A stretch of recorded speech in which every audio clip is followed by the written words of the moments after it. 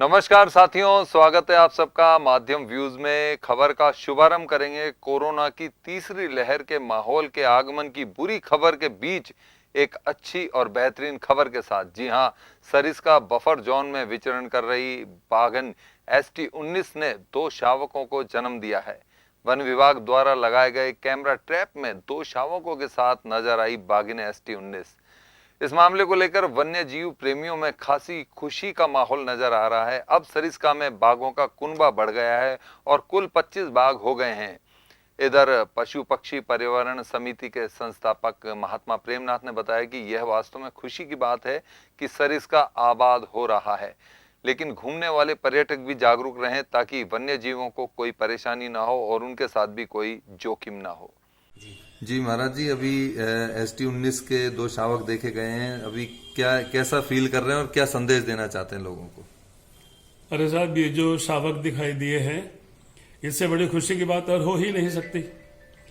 और अब जो 23 थे अब 25 हो गए हैं, तो निश्चित है इससे लोगों का आना जाना भी बढ़ेगा, लोग शौक से भी देखेंगे। और सबसे बड़ी बात है इसमें अलवर की कितनी इज्जत बढ़ी है कि कितने जानवरों को हम लोग बहुत ध्यान से रख रहे हैं।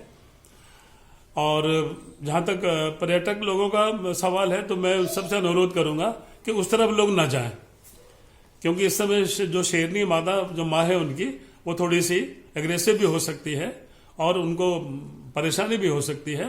तो उनको अपना जीवन जीने दें और उस तरफ ना जाएं और इसकी खुशी को महसूस करें और ईश्वर से प्रार्थना करें कि कुनबा दिन पे दिन और बढ़ता रहे। अब कोविड की तीसरी लहर के मद्देनजर अलवर सामान्य चिकित्सालय प्रशासन ने भी कमर कस ली है। PMO डॉक्टर सुनील चौहान ने बताया कि अब हॉस्पिटल के पास पर्याप्त व्यवस्था है। पिछली लहर में कई ऑक्सीजन प्लांट तैयार किए जा चुके हैं। मरीजों के लिए सरकार की ओर से बेहतरीन व्यवस्थाएं उपलब्ध हैं।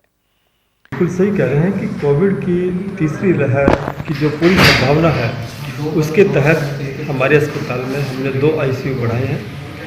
एक 8 बेड का, दूसरा 19 बेड का ICU तैयार हो चुका है। और कोविड की सेकेंड वेव तक हमारे पास सिर्फ 2 ही ऑक्सीजन प्लांट थे, अब वो बढ़कर 5 हो गए हैं। और ऑक्सीजन के बेड्स की संख्या पर्याप्त मात्रा में है। हमारे पास 100 सिलेंडर जो कल तक आ जाएंगे एक्स्ट्रा, 220 CFT वाले 100 सिलेंडर आ जाएंगे।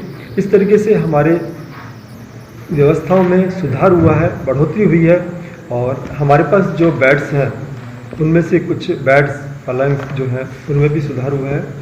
और नर्सिंग स्टाफ और डॉक्टर्स, इनको सभी को हम ICU की ऑक्सीजन कंसंट्रेटर की 2-2 बार ट्रेनिंग दे चुके हैं, जिससे कि इमरजेंसी में कोई भी कर्मचारी ड्यूटी पे है तो वो उसको उपयोग कर सके, इंतज़ार नहीं करे कि कोई डॉक्टर आएगा या नर्सिंग कर्मी आएगा जो इसका स्पेशलिस्ट है या ट्रेंड है।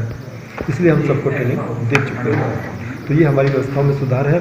बाकी जैसे भी हमारी टीम पूरी तरीके से तैयार है, जैसे पेशेंट आएंगे उसी तरीके से हम व्यवस्थाओं को बढ़ाते जाएंगे। अभी हम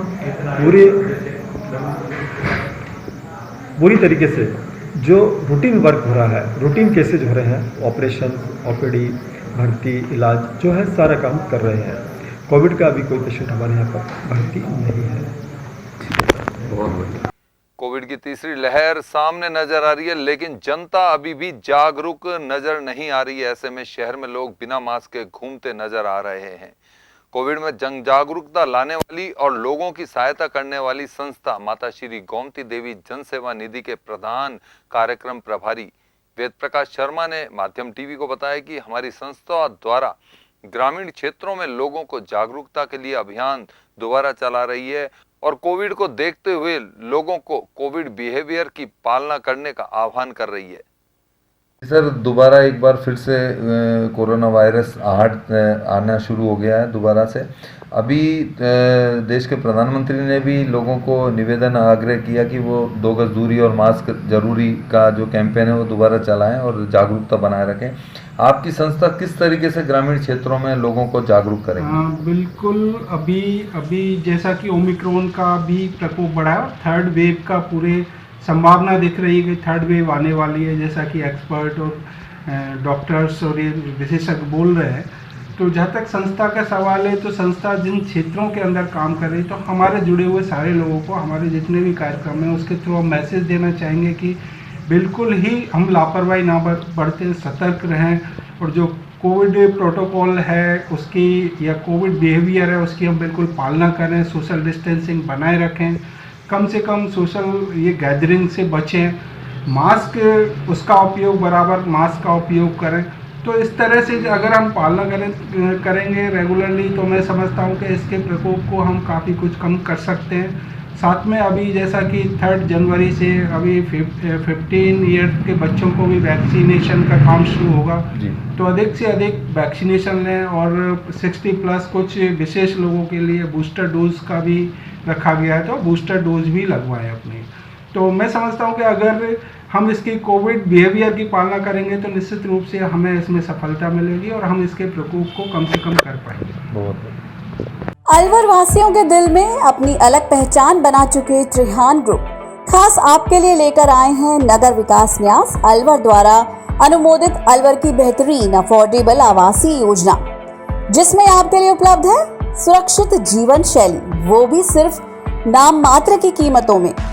कोई भी मन बनाने से पहले साइट विजिट जरूर करें, क्योंकि फ्लैट की कीमत है सिर्फ 5,15,000 रुपए से शुरू। अलवर भिवाड़ी मेगा हाईवे पर स्थित ये टाउनशिप आपके लिए पूरी तरह से सेफ है, जहां आपको मिलेंगी चौड़ी सड़कें, हरे भरे गार्डन, मंदिर और गुरुद्वारा। तो जल्दी कीजिए, सीमित फ्लैट्स उपलब्ध।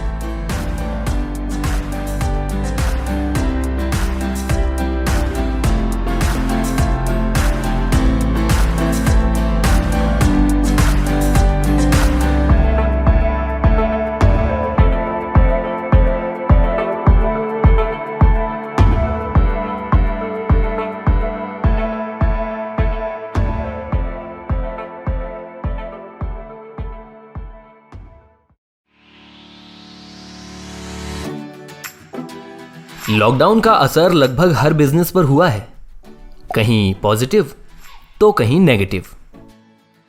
इसीलिए पूरी तैयारी करनी होगी।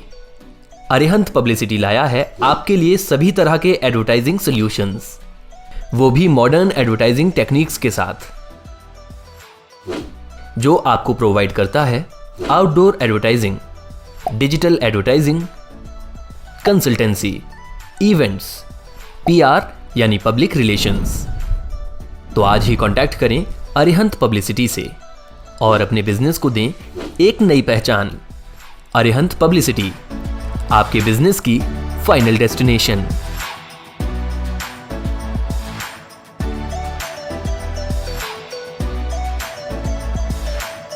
चिकित्सा सुविधाओं में विज्ञान ने काफी सुविधाएं लोगों को दी है, लेकिन आज भी जागरूकता की कमी के चलते ग्रामीण क्षेत्रों में बुरा हाल हो रहा है। ऐसे में ग्रामीण झोलाछाप चिकित्सकों या देशी झाड़ फूक में लगे रहते हैं। ऐसे में सर्जरी जनित रोग अधिक बढ़ जाने से लोग लगातार मौत के मुंह में जा रहे हैं। आईएमए अध्यक्ष डॉक्टर विजयपाल यादव ने मीडिया को बताया कि लोग अवेयर रहें और किसी भी प्रकार के अचानक हुए दर्द को छिपाएं नहीं, अपनी मर्जी से दवा भी ना लें और चिकित्सक से परामर्श लें। सरकार द्वारा सभी सीएससी और पीएससी पर एमबीबीएस चिकित्सक अपनी सेवाएं दे रहे हैं, उनका लाभ लें।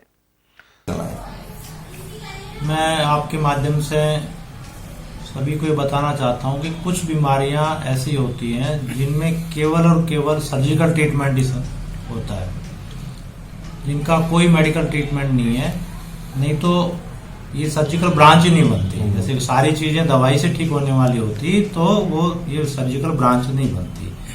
सर्जरी में जैसे उदाहरण के तौर पे कि किडनी स्टोन है, सपोज करो किसी को 15 mm का स्टोन है, तो कोई दुनिया में दवाई नहीं बनी तो उसको गला दे या तोड़ दे ना, टुकड़े कर दे उसके या निकाल दे उसको, क्योंकि यूरेटर में कोई स्टोन पड़ा हुआ है 15 mm का 18 mm का स्टोन पड़ा हुआ है, तो वो कोई भी दवाई नहीं बनी दुनिया में जो उसको गला दे निकाल दे। ऐसे में उसको सर्जरी की आवश्यकता पड़ती है।